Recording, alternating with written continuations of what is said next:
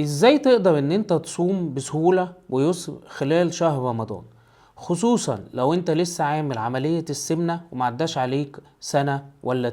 كده كده بعد العملية بيكون شعور الجوع اقل كتير وشعور العطش اقل كتير، لان في اثناء عمليات السمنة بنقلل هرمون اسمه هرمون الجريلين، وده بيبقى مسؤول عن الشعور بالجوع، وكذلك شعور العطش بيقل نتيجة برضه لصغر حجم المعدة.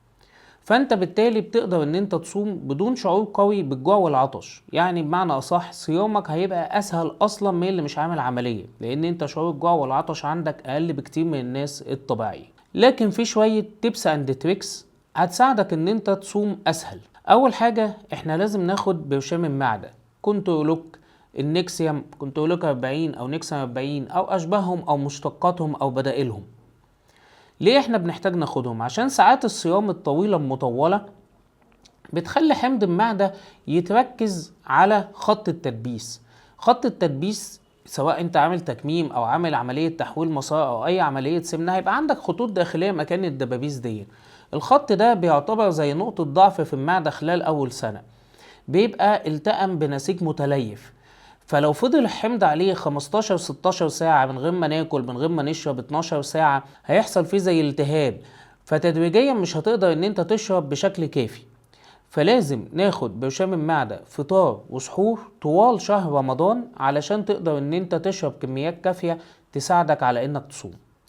تاني نصيحة ان احنا نتجنب ان احنا نبذل مجهود زايد، يعني مثلا ان انت ما تروحش جيم خلال شهر رمضان، لانك هتفقد مية ومش هتعرف تعوضها بالشرب بما يعادل المية المفقودة، فهتلاقي نفسك عندك بعض الدوخة والتعب. فالافضل ان احنا نأجل الجيم لبعد رمضان. كذلك اي حاجة محتاجة خروج ودخول وحركة كتير في الشمس نحاول ان احنا نقللها، نحاول ان احنا نقلل العرق، نقلل التعرض للحرارة، نقلل التعرض للشمس. صيامك اول سنتين بشكل رئيسي بيكون معتمد على قدرتك على الاحتفاظ باكبر كمية من المية، ان انت تشرب كتير جدا من المية والسوائل بين الفطار والسحور، وتقلل الفائدة عن طريق ان انت تقلل الرياضة او تقلل المجهود البدني او تقلل التعرض للشمس، وبكده هتلاقي الصيام معاك سهل وبسيط بإذن الله.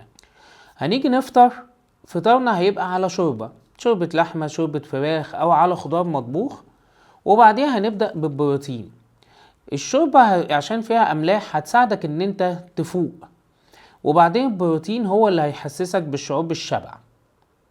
الفترة بين الفطار والسحور كلها احنا بنحاول نشرب أكبر كمية سوائل ممكنة، 6 كوبايات، 8 كوبايات، 10 كوبايات، معاك مية، عصير ينسون، نعناع، كركديه، سكر دايت، سوائل شفافة بأنواعها. نيجي بعد كده نبدأ السحور بتاعنا على الساعة 11 أو 12 بالليل، لأن أنت مش هينفع تأجل سحورك مثلا للساعة 4 الفجر، مش هتلحق في خلال الساعة دي ان انت تشرب سوائل كفاية ولا تاكل بشكل كافي. فنبدأ السحور بدري على الساعة 11 12، نبدأ نشرب بكميات اكتر وناكل الاكل عادي بتاعنا اللي بناكله قبل رمضان في الفطار والعشاء، سواء بيض، جبنة، سلطة، الاكل الطبيعي بتاعنا على حسب المرحلة بتاعتنا وعلى حسب نزولنا في الوزن. نلاحظ ان احنا خلال شهر رمضان نتجنب المسكنات ونتجنب القهوة ونتجنب الكافيين علشان معدتنا ما توجعناش، وده هيقلل شرب المية لو حصل ألم في المعدة. فنتجنب المنبهات ونتجنب المسكنات زي بقى الكوفان، البروفين، الفولتارين، حقن لبوس فوار هتعمل وجع في المعدة هيخليك ما تعرفش تصوم بشكل سليم. وكل سنة وانتم طيبين، وربنا يعيد عليكم ايام بخير وتقبل الله صيامكم.